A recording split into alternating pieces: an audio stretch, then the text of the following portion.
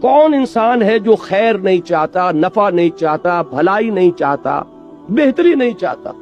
یہ سب خیر، بھلائی، نفع اسی کے لیے تو بھاگ دوڑ ہو رہی ہے۔ اگر آخرت ذہن میں نہیں ہے تو ساری خیر دنیا کی خیر، ساری بھلائی دنیا کی بھلائی، سارا نفع دنیا کا نفع، ساری کامیابی دنیا کی کامیابی۔ اور اگر آخرت پر یقین ہو گیا جیسا کہ ہونا چاہیے، دیکھیے آخرت کے یقین کے بھی بہت سے درجے ہیں۔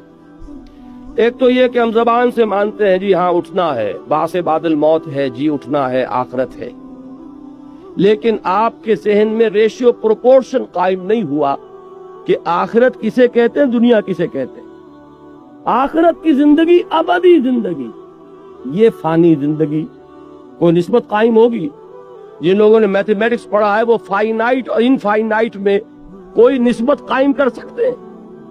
ایک چیز انفائنائٹ لامحدود اور ایک چیز فائنائٹ۔ 80 برس بھی جی لو گے تو آخر ایک دن تو موت کا دن آئے گا کہ یہاں سے جانا ہوگا، اور 80 کی گارنٹی کس کے پاس ہے؟ کس کے پاس گارنٹی ہے کہ کل صبح کا سورج جو طلوع ہوتا ہوا اپنی ان آنکھوں سے دیکھ سکے؟ معلوم ہوا کہ دنیا کی یہ زندگی اتنی عارضی، اتنی ناپائیدار، اتنی فانی، اتنی ناقابل اعتماد کہ ایک دن کا بھی یقین نہیں۔ لیکن ہماری ساری بھاگ دوڑ جو ہے ہو رہی ہے دنیا کے لیے، اس لیے کہ دنیا پر پورا یقین قائم ہے، دنیا تو نقد ہے آنکھوں کے سامنے۔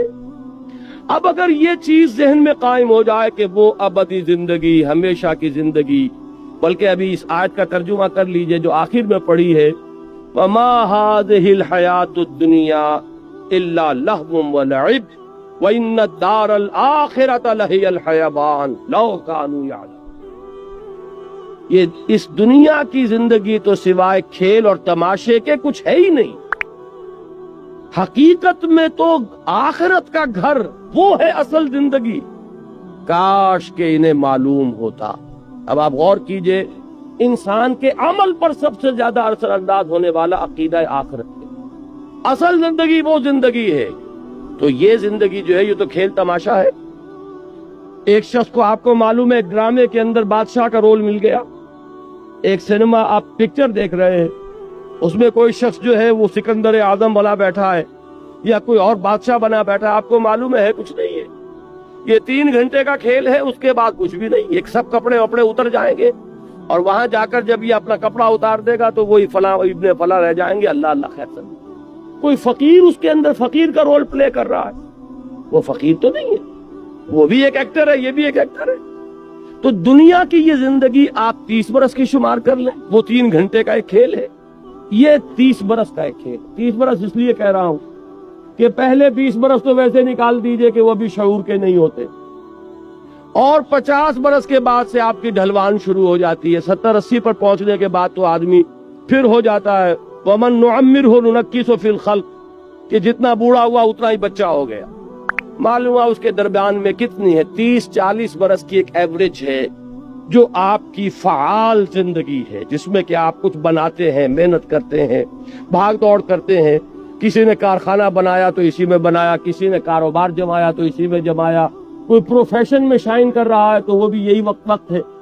اب سوال یہ ہے کہ یہ وقت ہے میرے پاس کل، اور وہ زندگی ابدی زندگی ہے، تو اب اس کا بیشتر اور بہتر اس کے لیے انویسٹ کروں گا کہ نہیں کروں گا؟ یہ بالکل منطقی بات ہے، 2 اور 2 4 کی طرح کی۔ آخرت پہ جس درجے کا پختہ ایمان ہونا چاہیے وہ حاصل نہیں ہے، ورنہ تو یہ کہ یہاں کا گھاٹا ہو کر گھوٹا دیکھ کر انسان کو خوشی ہونی چاہیے کہ یہاں جو مجھے ڈیبٹ ہو رہا ہے وہاں کریڈٹ ہو رہا ہے، یہاں جو نقصان ہو رہا ہے وہاں میری عاقبت بن رہی ہے۔ یہ یقین اگر ہوگا تو اگر کوئی تکلیف آئی تو بجائے پشمردگی کے استبشار پیدا ہوگا۔ یہ سورہ توبہ میں لفظ استعمال ہے فَاسْتَبْشِرُوا بِبَيْعِكُمُ الَّذِي بَایَعْتُم بِهِ، تو خوشیاں مناؤ، تم پر تو بشاشت طاری ہونی چاہیے۔ جیسے حضرت خبیب کا لفظ آیا تھا کہ جب انہیں سولی دی جا رہی تھی تو جب پہلا نیزہ جو ہے ان کے کلیجے میں چبھ ہویا گیا تو ان کی زبان سے بات نکلے فزت ورب الکعبہ، کعبے کے رب کی قسم میں کامیاب ہو گیا۔ یہ اگر بشاشت کی کیفیت نہیں ہے تو اس کا سبب کیا ہے کہ معلوم ہوتا ہے کہ آخرت پر ہمارا یقین اتنا پختہ نہیں، ورنہ اللہ کے وعدے فراح و ریحان و جنت نعیم، وہ جنت کے جس کے نعمتیں وہ ہیں کہ جن کا ہم اس دنیا میں تصور تک نہیں کر سکتے، اگر اس کے وعدے پر یقین ہے۔ اسی لیے سورہ عنکبوت کے پہلے رکوع میں آیا تھا کہ یہ نہ سمجھنا کہ تمہارے ساتھ جو ہم وعدے کیے کر رہے ہیں، من کان یرجو لقاء اللہ فإن اجل اللہ لآت وهو السمیع العلیم والذین آمنوا باللہ والذین آمنوا وعملوا الصالحات لنکفرن عنہم سیئاتہم ولنجزینہم احسن الذی کانوا یعملون۔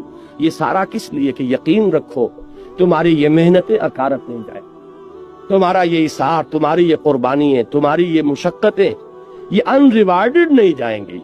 تمہارا وہ پروردگار دیکھ رہا ہے، اے بلال جو تم پر بیت رہی ہے تمہارا رب دیکھ رہا ہے، ہم سب کچھ سن رہے ہیں۔ اے بلال اس حال میں کہ تمہارے سینے کے اوپر بھاری سل رکھی ہوئی ہے اور اوپر سے سورج آگ برسا رہا اور نیچے سے زمین توے کی طرح جل رہی، اس وقت بھی تمہاری زبان سے جو لفظ نکل رہا احد احد احد احد، اللہ سن رہا ہے کہ میرا ایک بندہ ہے جو اس مشقت کے اندر بھی میری توحید کا نعرہ لگا رہا۔ تو یہ چیزیں یوں ہی نہیں چلی جائیں گی، اس کا بھرپور صلہ تمہیں ملے گا، بھرپور بدلہ ملے گا۔ جب تم ہمارے حضور میں حاضر ہوگے خلعتوں سے نوازے جاؤ گے۔ اگر یہ یقین پیدا ہو جائے تو پھر بڑی سے بڑی قربانی بہت سہل ہو جائے، بڑی سے بڑی تکلیف آئے گی طبیعت میں خوشی ہوگی کہ اللہ نے، جیسا کہ میں نے پہلے کہا تھا، زہ نصیب کہ اللہ نے ہمیں اس قابل سمجھا کہ ہماری ہڈی اپنے راستے میں توڑوائی، ہمیں یہ مصیبت اپنی راہ میں پہنچائی۔ یہ اللہ تعالیٰ کی طرف سے گویا کہ شرف قبول ہو جانے کا ایک ثبوت ہے کہ اللہ تعالیٰ نے ہمیں قبول فرما لیا ہے۔ یہ انداز ہوگا کب؟ جب کہ آخرت کا